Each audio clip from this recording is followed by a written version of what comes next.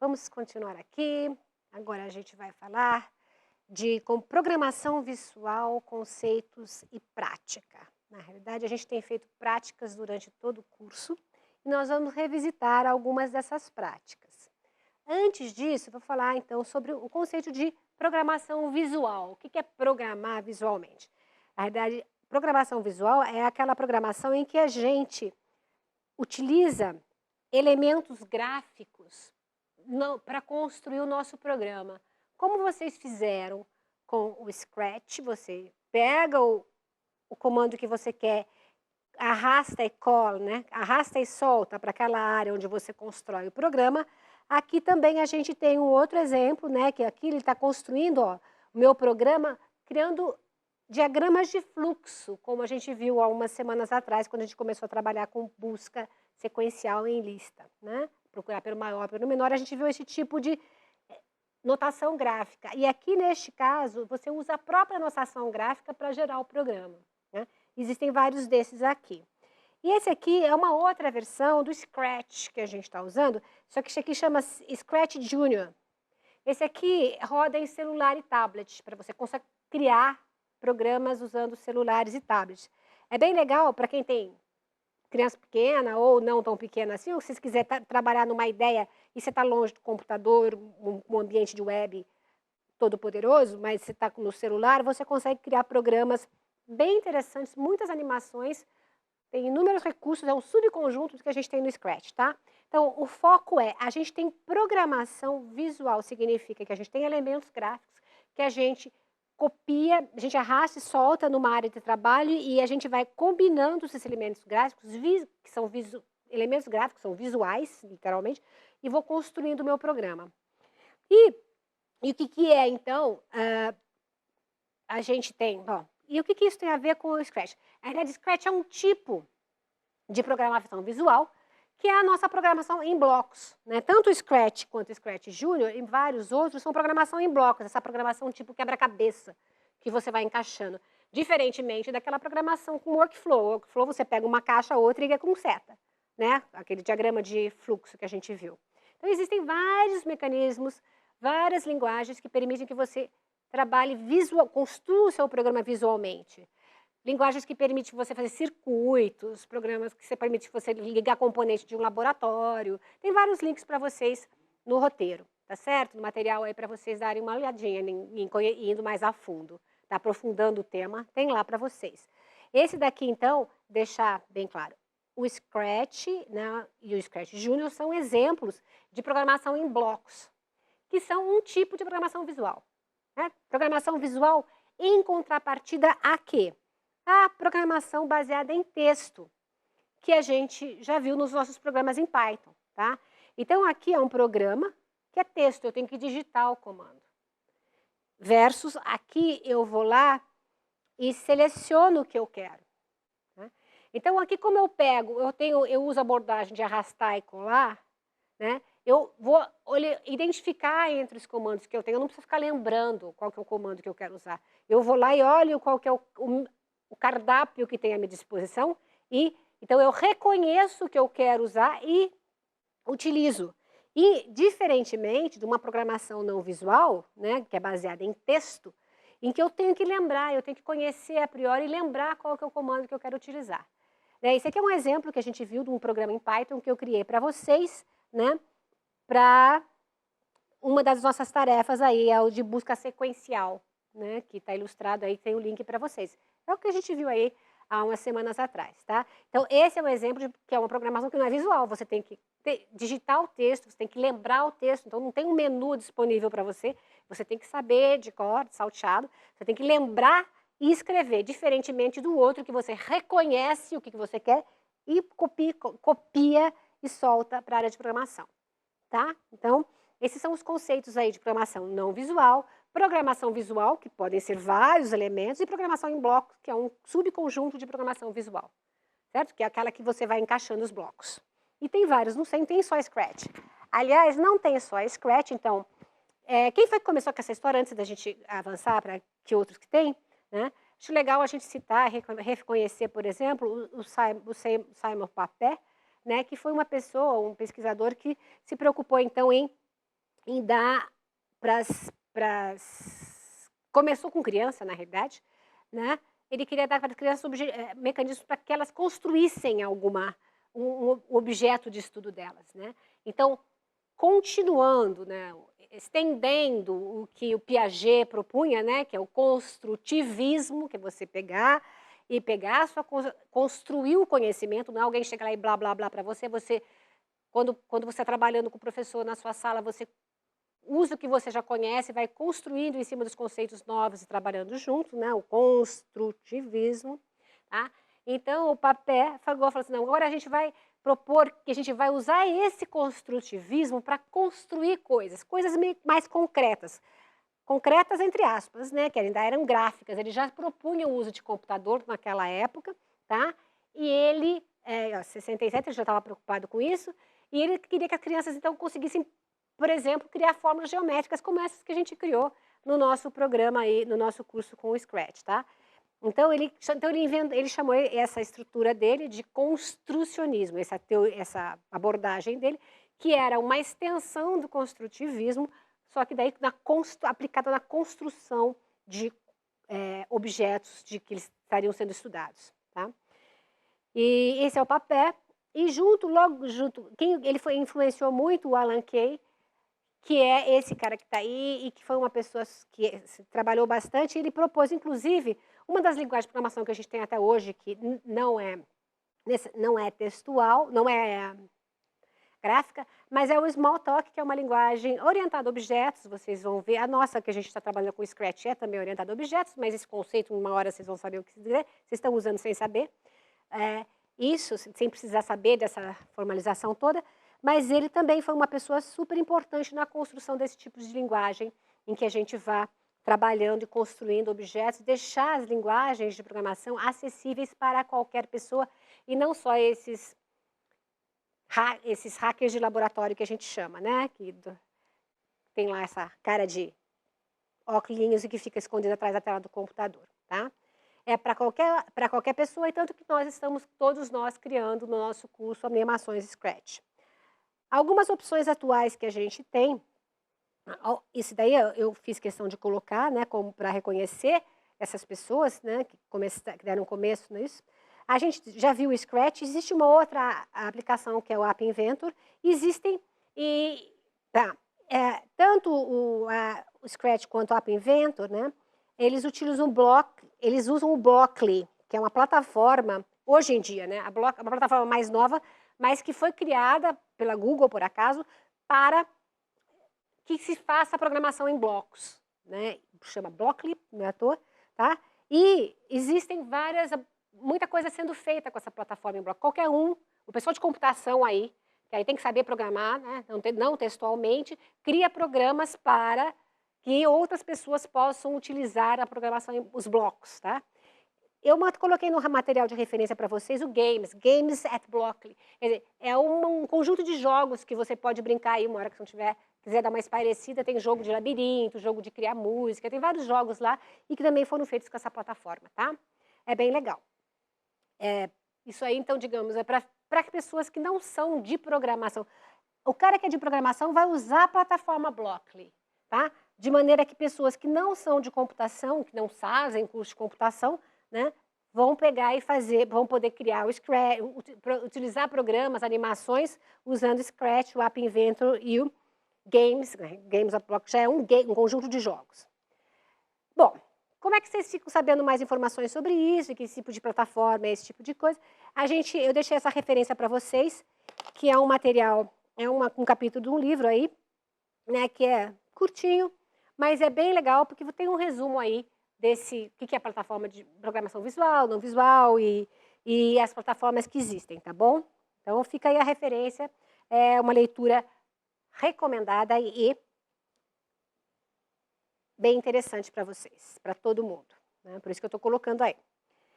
Duas ferramentas que existem e que tem de material disponível com tutorial de começo a fim, bonitinho, é assim, assim, assim, assado. Esse material aqui do Souza e Costa, tá? É explicitamente sobre Scratch. E no pessoal, o professor Ronaldo Correia, que gravou material aqui para para versões anteriores do curso de pensamento computacional, ele tem 2 conjuntos de aulas que falam um conjunto explicitamente sobre Scratch, né, uma semana, tem várias aulas que são detalhadamente, vão em profundidade na plataforma Scratch, e um conjunto de aulas dele que vão em profundidade na plataforma App Inventor, tá? Fica a referência para vocês, é bem legal. Eu quero aprender Scratch. Muitos de vocês perguntaram lá, quando é que eu acho mais informações sobre isso? Eu já apontei para esse material para vocês, tá? Lá você vai, como é que faz isso? O que tem, quais são as áreas, quais são os objetos, quantos operadores tem em cada um dos tipos de operações, né? E vocês vão lá e está detalhando direitinho, tá? E também tem exemplos. Então, não é dessa versão do curso, não é esse o foco, a gente está falando mais dos conceitos e discutindo aí como é que a gente faz aplicações. E desde o começo do curso a gente fez mão na massa com uma dessas plataformas que foi o Scratch, né? Então a gente fez mão na massa, não foi fazendo bolo nem criando paredes, mas foram com tijolinhos, né? Esses tijolinhos aí do Scratch que a gente fez as animações, né? E a animação primeira que eu apresentei na primeira aula para vocês, né?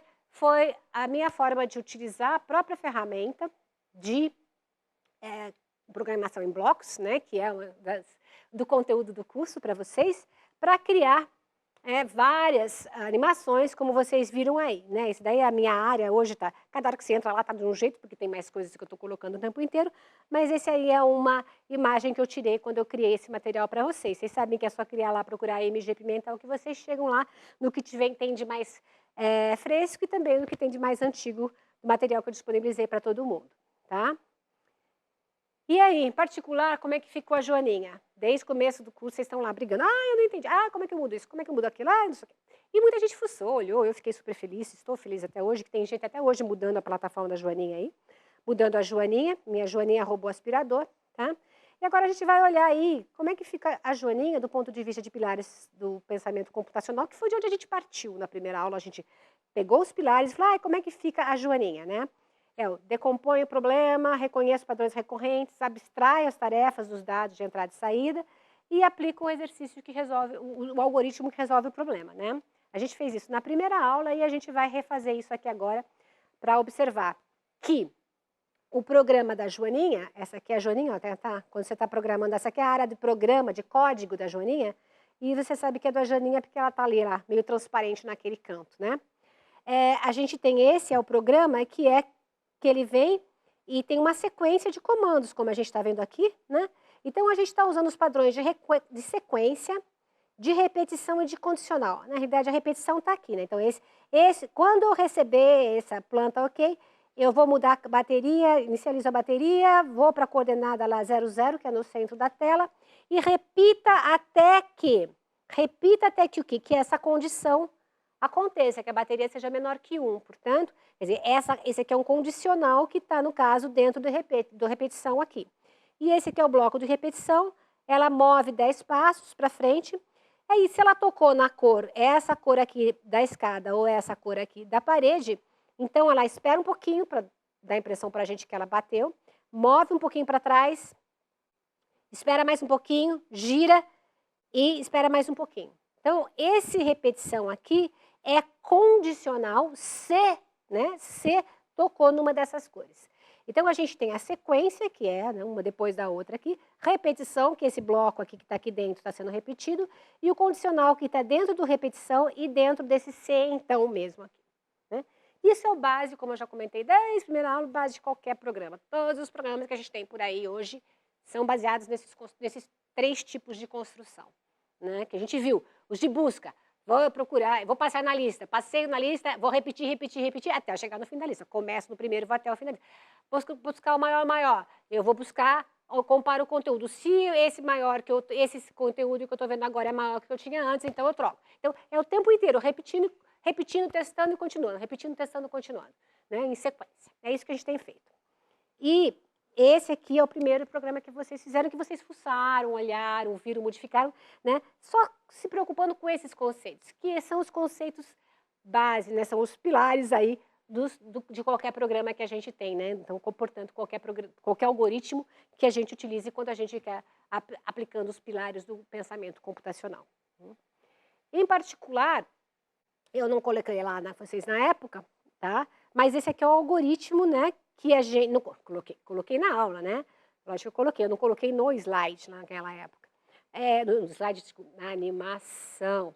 Aqui na aula eu comecei do algoritmo e aí eu mostrei a joaninha funcionando para vocês. Então, ó, ele aguarda o primeiro programa, aguarda a planta ficar pronta, aí inicializa a bateria, vai para a posição inicial, aquilo que eu acabei de falar, né? Repete até a bateria acabar, avança, se encontrar a escada à parede, dá marcha ré, vira e diminui a carga da bateria. Né? Então, essas daqui são as ordens que a joaninha obedece. A gente se focou na joaninha, né, naquela época, na primeira aula, porque a gente estava discutindo esses algoritmos aqui. Mas vocês viram, quando vocês foram olhar lá, que na realidade no programa da joaninha existem 2 atores que eu coloquei para colaborar. Né? É a caneta e a joaninha. Em plataformas como essa, a gente tem 2 maneiras de, por exemplo, desenhar o cenário. Né? Por exemplo, se eu estou usando uma aplicação, se eu estou usando um criador de slides, né, eu posso colocar o fundo que é igual para todo mundo, né, e aquele fundo eu posso colocar uma imagem, e aquela imagem se replica em todos os slides. Né? No caso da Janinha, eu posso colocar no Scratch ou numa outra plataforma de programação visual, que eu vá ter uma imagem que vai ser apresentada para o usuário, eu posso criar uma imagem. No fundo, eu podia ter uma planta de uma casa lá, e muitos de vocês fizeram exatamente isso, vocês mudaram o cenário. Né? Colocaram um quarto, colocaram um pátio, alguém colocou lá uma plataforma, um plano cartesiano, e muitas outras coisas. Vocês mudaram a imagem que estava no fundo da tela que o usuário vê quando a joaninha está passeando. Tá? E isso pode ser feito, e também eu usei a caneta, que é uma extensão original, né, do Scratch. Quando a gente carrega o Scratch para quando carrega, a caneta não está lá explicitamente. Você só tem que chegar no cantinho esquerdo assim e falar, eu quero mais alguma coisa. E o que é esse mais alguma coisa? É biblioteca, como se fosse lá, eu quero literalmente biblioteca, eu quero recursos extras, você chega e puxa o recurso de caneta e ele está lá disponível para você. Tá? Por quê? Porque eu quis desenhar a casa para vocês, como vocês viram. Né? A gente desenha a parede, depois desenha a escada. Que é isso aqui. Então, o que acontece? Eu tenho esses eventos, né? Quando o palco for clicado, desculpa, quando a bandeira verde for clicada, que é a bandeira que vocês clicam para começar, o que ele faz? Ele inicia a caneta, a caneta faz o quê? Desenha a planta, e aí ela termina, transmitir, ó, planta ok, planta baixa da casa. Ó, tem alguém querendo saber? Terminei. Não sei quem, ela não está preocupada em saber quem, ela manda ela faz que a gente chama de broadcast, né? Que nem o rádio, o cara fala, alô, alô, terminei a planta. Quem estiver interessado em receber essa mensagem, pega aquela mensagem e faz alguma coisa com isso. No caso, a Joaninha está justamente esperando quando planta ok for transmitido. E aí ela vai fazer o serviço dela, tá? Então, o que a caneta faz explicitamente? Ela prepara, o que eu estou chamando de preparar a sala, preparar a planta, né? Então, quando a bandeira é clicada, para começar, eu apago tudo, por quê? Porque como a gente está desenvolvendo, podia ter lixo lá, desenvolver qualquer coisa, ela já tinha alguma coisa lá. Então, ele apaga tudo, apaga a lousa, e vai lá e desenha a escada, desenha a parede. Então, o que se mostra e se esconda? Eu mostro a caneta para eu poder desenhar. Se vocês olharem, algumas das nossas animações, a caneta aparece lá. Né? Tem hora que ela continua aparecendo, como da pizza, ela continua lá aparecendo, porque eu quero que ela apareça, e tem hora que eu não quero que ela não apareça mais. Então, ela está aqui, desenha a escada, desenha as paredes e termina. O legal, ó, que esses blocos dessa cor diferente aqui, eles são blocos que eu mesma fiz. Né? E que vocês depois, alguns de vocês fizeram outros blocos e colocaram aqui. Né? Blocos que você fez o algoritmo, que esse bloco você põe o que lá? Para organizar o código. Né? Para não deixar comprido esse negócio aqui demais, né? Essa sequência enorme, eu pego aquela sequência que desenha a escada, organizo, dou um nome para ela, pego a sequência que desenha a parede, organizo, dou um nome para ela e depois eu só chamo aqui como a gente fez. Tá certo? Então, aqui a caneta então prepara a sala, Aqui, esses são as coordenadas, ela simplesmente levanta a caneta, muda a cor, vai para a coordenada e posiciona e desenha os três lados, que são esses três aqui, muito parecido com a casa que a gente fez, né? Veja, agora a tarefa é desenhar a parede. Como é que eu desenho a parede? Eu quebro, divido, abstraio, generalizo e crio o algoritmo. Esse aqui é o algoritmo, que eu dividi, peguei a caneta, coloquei e deslizei e fiz cada hora, utilizei o padrão de desenhar uma linha para fazer a parede. A mesma coisa para a escada.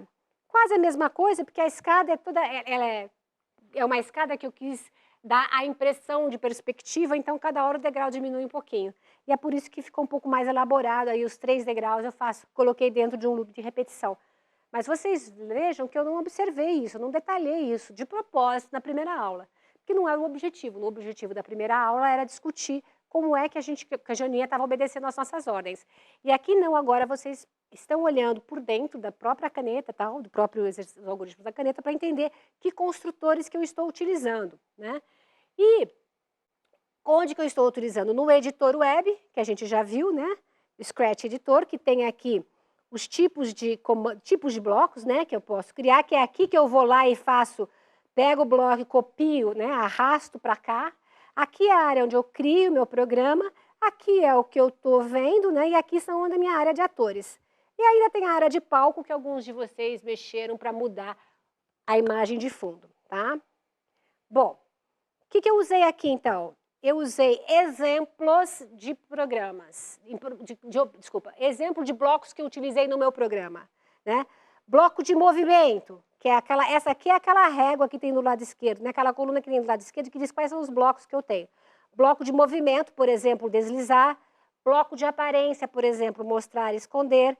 Bloco de som não usei aqui, e quase em nenhuma animação. Eu usei, alguns de vocês usaram, ficou engraçado, porque a Joaninha, uma hora ela miava, achei um barato a Joaninha miar. Eventos, né? Então, por exemplo, quando a bandeira verde for clicada, ou quando transmita a planta, ok. Controle, então, bloco de controle, por exemplo, de repetição, e o C, então, C não. Sensores, por exemplo, tocando na cor, né? Que usou aqui. Operadores, um operador lógico ou o operador aritmético de soma. Variáveis, por exemplo, a bateria, que você, desde a primeira aula, está setando, né? Meus próprios blocos, por exemplo, meu desenho a parede, desenho a escada, e a caneta que eu usei extra para mudar de cor. Tá certo? Pessoal, revisamos o conceito, o que é programação visual, programação em blocos, que é um tipo de programação visual.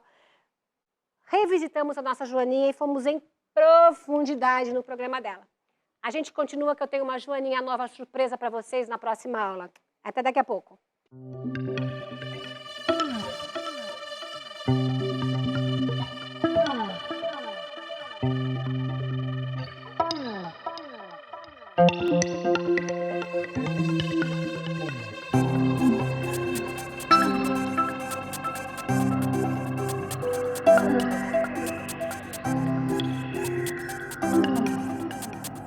Música